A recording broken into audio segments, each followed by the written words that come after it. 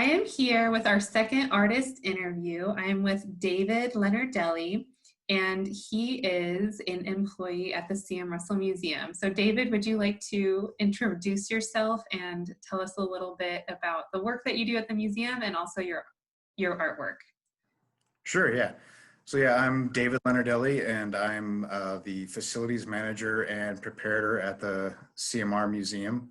I have a Bachelor of Fine Arts from the Minneapolis College of Art and Design and in drawing, and then a Master of Fine Arts from California State University, Long Beach, where I got a master's in drawing and painting. So. You described to me the medium that you work in. You said your undergrad was in drawing and that you studied painting. And I guess my question for you is, why do you choose these mediums? Why is that your medium of choice? And why do you within those art mediums? I really like the physical quality of drawing with charcoal and eraser. Oil paint for me is like colored mud in a way. So it's like you're taking this material and changing it into something else in a way when you make a picture from it. You know, so much of our world is digital now that where these processes kind of keep me in with the physical world. What inspires or influences the drawings or the paintings that you make?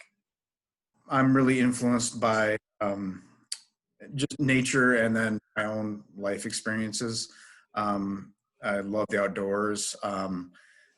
I'm also very interested in art history and the relationship between art history and my own work. There's a group of artists, Italian artists called the Macchiaioli, which I love. They came a little bit before the Impressionists at the end of the 19th century.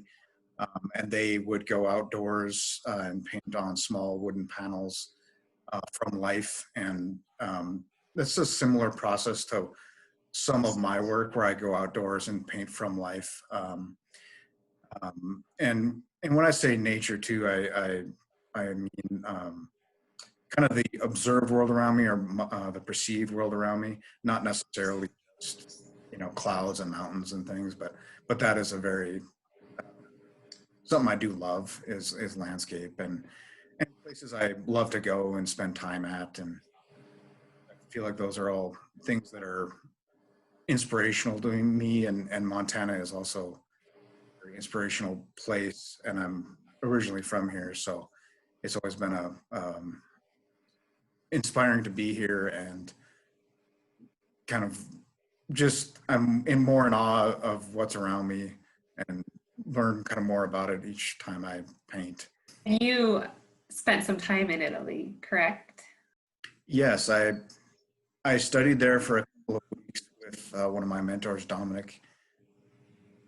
We studied with Italian painters in Florence, Italy. It was an incredible experience. And yeah, you can kind of see from those painters I was talking about, the wanting to capture light and a sense of place in their pictures. And they're kind of small and intimate too, so you can get up close to them. They're also in a way kind of abstract looking. The formal elements of the painting are very intertwined with the subject of the work that they did. So it's very influential to me, and I'm influenced by other artists like modern artists like Antonio Lopez Garcia. He's a realist painter who I love, a Spanish painter. And then Lennart Anderson is a painter who works from life, works from still life, and then also landscape. What can you tell me about your creative process in terms of how you go from start to finish on a piece of artwork, or taking your influences and then making it into one of your final pieces?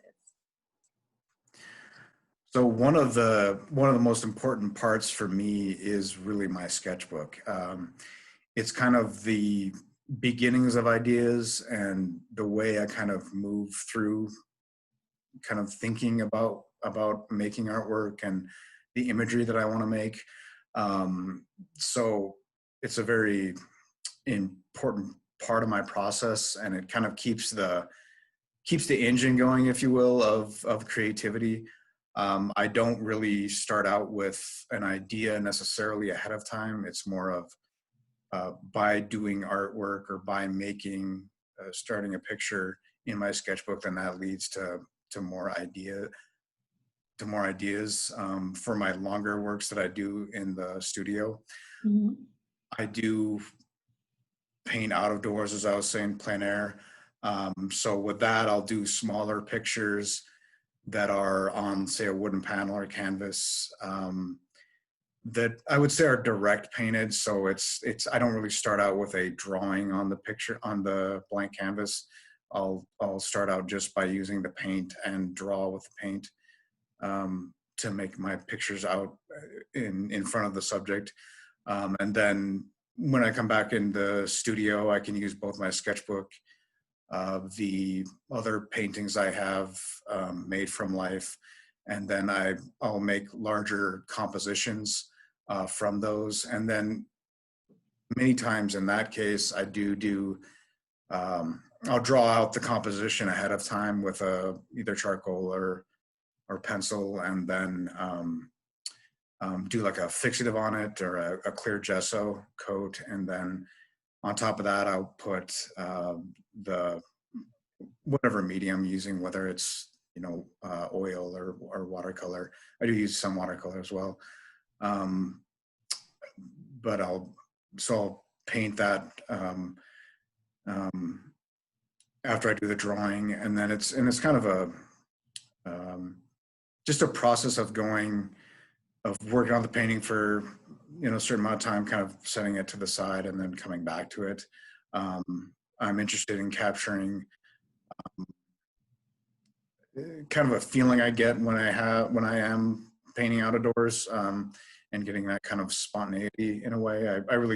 It's one of the things I love about my sketchbook work, actually, is that it has that kind of spontaneous quality that, and so I am trying to get that into my bigger works that are made in the studio.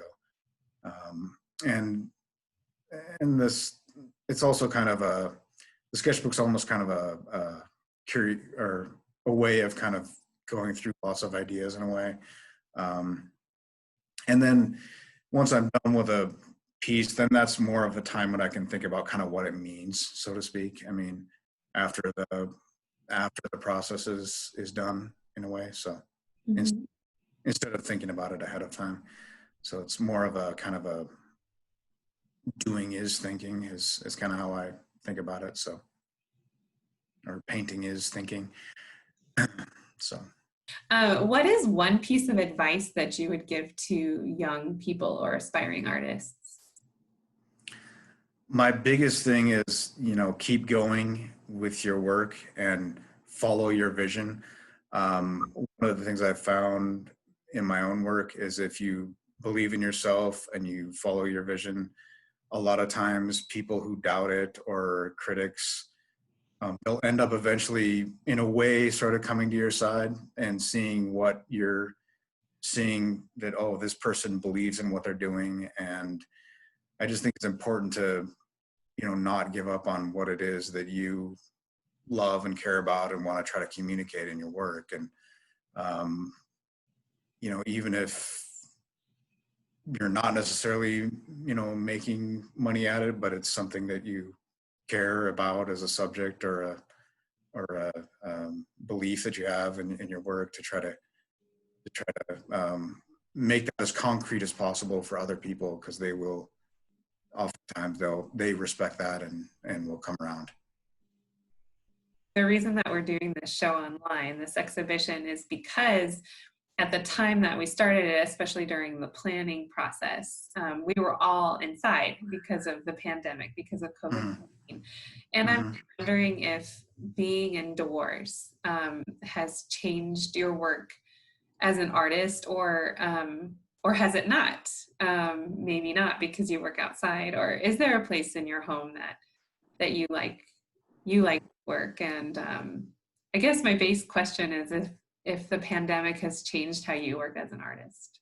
You kind of are making art alone anyway, you know what I mean? Even if I'm outside, making art, it's like you're kind of still making it by yourself in a way, even if you're like with other people. So, or even if other people are in your house living with you or whatnot, you're still kind of it's still kind of a solitary process in a way. So that's actually kind of interesting how that lines up with the idea of being, stuck inside, or, not being able to go out in the social spaces. And it does kind of lend itself to, it's okay to be stuck inside, when you can do your artwork. How do you see the arts as being vital to our society, especially now? And why do you think art is important to make? So I think making art is important for society because for me, it's a visualization of our experiences as people. And I think that it's kind of a way of creating meaning in our lives. And I think of that in a similar way with writing and music and acting and those sorts of arts as well, that there's, at least for me, it's a way that I can kind of create meaning in my life, and hopefully for others by your interpretation of your experiences and the world around you. I think that's really very important for me. And then I think it can be about kind of showing others what you see and how you interpret the world in visual form. It's a different language from writing or speaking even. It's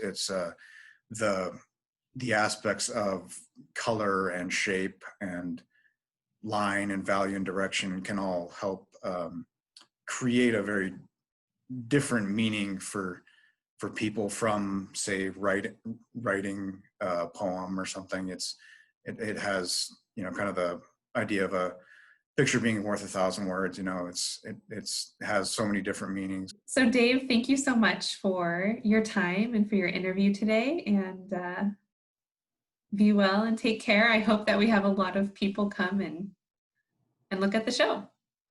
Same here. Thank you very much for doing this interview, and I'm happy to be part of this exhibit. I'm really excited. I think it's a great new way of having our exhibit online like this, virtual. So thank you.